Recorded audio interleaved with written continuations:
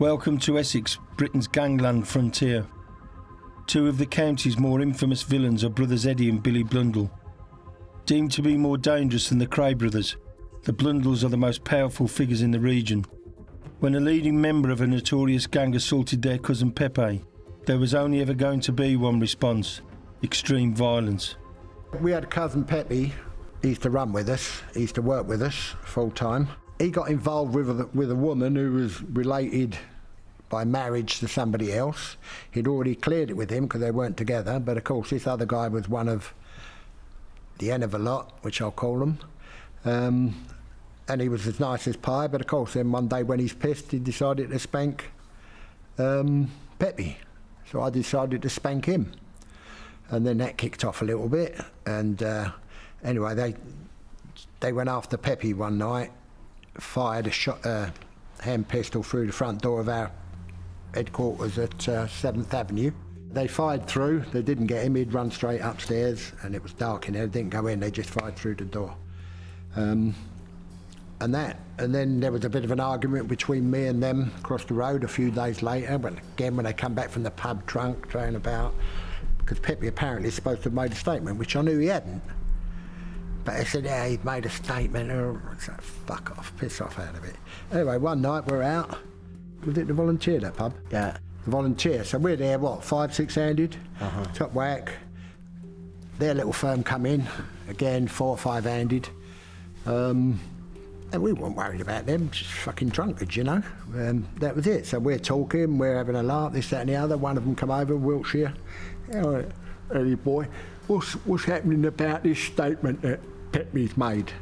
I said, listen, all right, Pepe's made no fucking statement, all right? No fucking statement. At all. Yeah, well, I said, oh, fuck off. Anyway, started getting into one. Billy reacted before I did and smashed a glass in his face. Caught his neck and that there. And that was it. He just bounced him all round the floor. I didn't have to interfere. None of my lads had to interfere. But, well, we didn't have a chance to react because he took over straight away. He just went in with crash, bang, wallop, knocked him all over the floor. And when he got up, he didn't know who'd hit him. He said to him, who's done that? He said, you do that, Eddie boy. He said, no, mate, the little one done that. And then that kicked off again about a month later. Yeah. Something like that, Ilford. Yeah. Again, me and him are doing the books for the end of the season in our office, 41 7th Avenue. Knock at the door. Drunk arsehole from across the road. Oh, fucking fight you. Take his coat off, throw it on the floor. So I kicked him up the bollocks. I gave him a swift kick. And that was that. Then as I went out of the door, then Wiltshire was there with the knife. And there was about 3 others. And with that, Billy started putting some bits and pieces about. Smashed our window. Should have gone out and smashed their window over the road.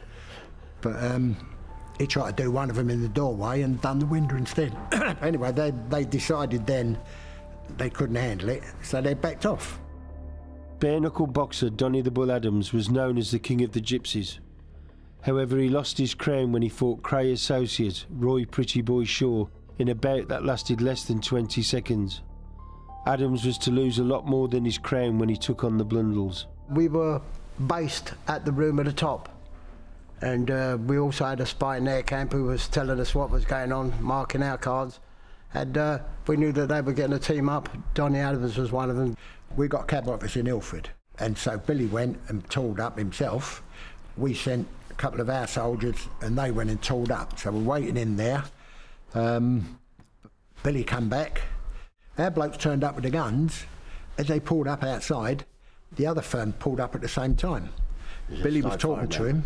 Billy was talking to him, our driver, and he saw him get out of the motor, so of course he come straight back into the office for me, marked my card that they're here. The other 2 got out of the car to fight them, but of course they didn't have the guns with them when they got out of the car. They didn't realise the other team was already tooled. Yeah, so shots went off in the street. Yeah. One of our guys took off with, I think it's a big Humber he had, didn't he? Yeah. He took off up the long, wide pavement along the road with the other one, Kenny, laying across the bonnet holding on. Just got away from the shooting and that. But of course, we're in the minicab office, they're outside, they're tooled, our tools have just drove off. Billy's okay, he's got a shotgun, but it's in his car and it's round the side street. So when we've gone back in the office, we can't go out the front because they're armed. So we go out the back. I'm too fat to get over the fence, so was Johnny Ferry. We lifted Billy over the fence. Billy went and got his shotgun. He came in, Oliver came in through the back. Johnny Ferry went at him with a big ashtray, and I think the only reason he shot us, really, I think he panicked. Yeah, right. You know, he just went, bum, bum. I caught one in the leg. Johnny Ferry got a ricochet in the arm. Then I could hear shooting outside. Me and Donny Adams had a confrontation, because I didn't even know my brother had been shot then.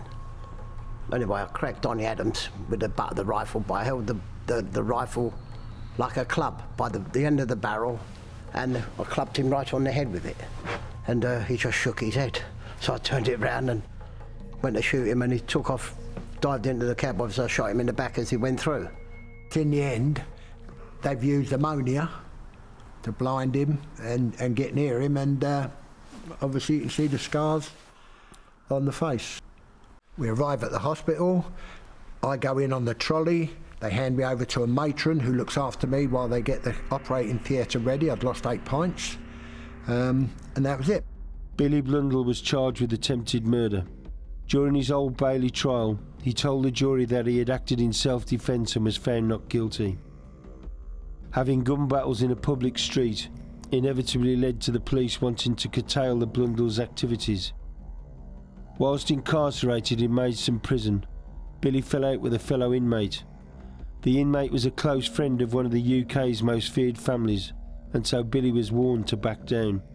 You had this guy there, Dougie Weaver, his name was, and supposed to be the right pal of Patsy Adams, you know, so everybody had to keep clear of him, supposedly. Weaver starts mouthing off to me, so I just give it to him. I just crack, and his eye come up like an egg. No, I just basically I got arrested, and I got put in the block, what they called the block at the time. And then Patsy Adams made himself busy, and he's supposed to be the big shot and all that, so full of himself you wouldn't believe. His brothers were supposed to be doing this and doing that, so, which they probably were, and they were wealthy people. I don't know nothing about them, so I can't say nothing about them. But him I know, because I've lived with him for 4 years, and you know, you get to know someone, you get to know whether they're an arsehole or not. And as far as I'm concerned, he's an arsehole. He's running around with someone who'd grasped me up, arm in arm, like talking this, calling this one a grass and that, and he's walking around with one on the exercise, you know. And anyway, I hear that he's busying himself. So some said to me, Bill, don't go up the gym because he's going to be down the gym waiting for you. I said, I'm not going to hide from that arsehole. He's come in with a load of others, and he went to me, yeah, Blundell, he said, do you want a row? And then went and threw a punch like my sister could have done better. So I slipped under it. I give it to him, held his head down and just kept punching him. And everybody else was trying to jump on my back and all that. And then I punched more people than I had time, everyone around me. But then well, some of the black boys then got involved, and they'd run like greyhounds. Anyway, so with that Patsy Adams, the next day, I sent Ricky Curley up to go and see him to tell him that if he really fancies having a row, we'll have it there, put bag gloves on to make out we're sparring. They can get up on the wall bars, we can have it there. So he sent a message back, no, it's all over now. I knew it would be all over, because he's frightened of his own shadow by the look of him, you know. And he's like a beanpole, you know, so anyway, that's my run-in with the so-called Patsy Adams, the A-team. I keep calling them the arsehole team. I don't know him, but to him, I do know. Because he's a complete liar, because he gets out of prison and he goes, I'll give it a Blundell in Maidstone, and half hour later he was shipped out. I was still there 2 years after he'd left. So, you know, just lies. Next time I saw him was at Maidstone, Chelmsford prison. I was on remand, and he was in there. Patsy Adams, I said, Billy Blundell, I said, I had problems with you at Maidstone, didn't I? I said, have I got a problem with you here? He said, yeah, if you want it, so I'll give it to him. Went bang, bang, bang, and done the same thing, held his head down because he couldn't fight, just puts his hands out, clawing. Which they do, they ain't got no experience, they go like that. I was just giving it to him. Anyway, I got arrested again. I'm an old man now, but I can shoot and stab as well as anybody else.